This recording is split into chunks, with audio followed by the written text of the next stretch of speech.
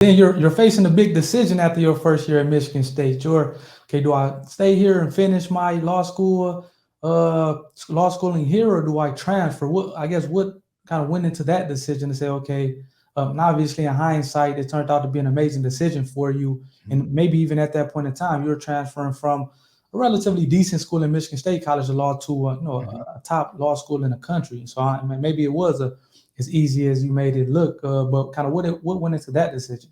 Well, it's the cognitive dissonance thing again. It's like the focus. You know what I mean? And that's the thing that people. Another way is that people get really comfortable, and then Yeah. they're not willing to stick to the contract they made with themselves. And so Okay. I made that contract going into law school. I said, no matter where I start, I am graduating from Georgetown Law. Okay. And so I remember Michigan State was probably the most successful entrance into school I had. I had a rough start freshman year of high school, Yeah. rough start freshman year of undergrad, Yeah. really successful experience at Michigan State. I got employed. I had a job that was going to pay us over 100 grand at the time for the Yeah. internship. Yeah. Not for the internship itself, but once we graduated. Right. And I had you guys, and the school, the environment of the school was great. People actually enjoyed my company and everything, but it Right. was just the level of focus saying, yo, I made a deal with myself. If I got the opportunity to go to Georgetown, I am going. That is my dream school. Yeah. And it's funny to say that because I didn't really know much about Georgetown. I was just like, so again, Harvard and Georgetown, the ones I knew of. And I didn't Right. want to go to Harvard. I wanted to go to Georgetown. And so it wasn't a hard decision. It was funny. I called my dad and my mom, and both of them had, they've been my whole life. So they knew the past struggles. And they were like, I said, hey, I got accepted. And they both had the same reaction. They're like, so what are you going to do?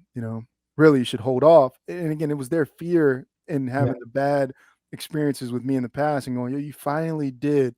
You finally had a good start. Stick to it, close out. And I remember I had to tell my pops, I was like, he was like, yo, he said, what are you doing? You need, you able to get employment, just stick this out, stay there, focus and finish. And I was like, pops, man, I'm sorry. I remember this was the weirdest conversation. I was like, I didn't call for permission. The decision was made once they let Right. me in, Yeah. But Yeah. I was like, man, I don't thank you God, so Right. that's it. So it wasn't, and it was going into a completely different situation where it could be very uncomfortable, Yeah. but I didn't have the insecurities that a lot of people do because of, I feel like, humility. Because I had those experiences of doing bad in the Right. first year, freshman year of high school, freshman year of undergrad, and because of my relationships with people like you, which is the mindset of, hey, no matter Right. where I go, I remember you told me this the first time we met, and that's why I was like, I'm riding with this cat. You're like, yo, it doesn't matter what people do or what's going around me. I feel like my best could beat anybody's Yeah. best. Sure. And so I took that and I said, I want to go, I have an opportunity to compete at one of the best law schools in the world. Right. My competitive drive of being an athlete, you know, my faith in the man upstairs, I'm going, man. Because I Right. know for a fact if I'm the best there, there's an argument that I'm the best in the world. So then, and I think this was good for you to not really, I don't want to say hold grudges, but as I'm assuming that as part of that early 27, Georgetown was one of the law schools you applied to that denied you. So to be able to Mhm. kind of not hold that against them to say, hey man, it is what it is.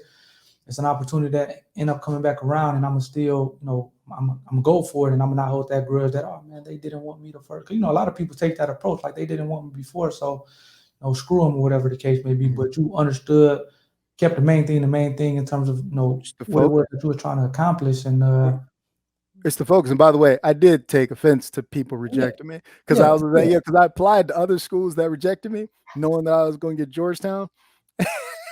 And when they called me and said, "Hey, we're so excited you can come in," I was just like, "Ah, yeah, I'm not going."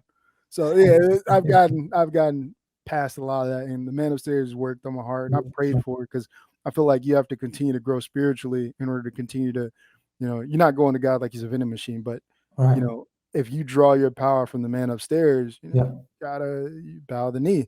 And so for me, it's like constantly trying to grow spiritually yeah, so that way I'm ready to receive the blessings that he sends down because he's right, not going to let me be anywhere where I just destroy myself right, unless it's time for me to go or it's a learning point. And so I'm trying right. to avoid those two situations.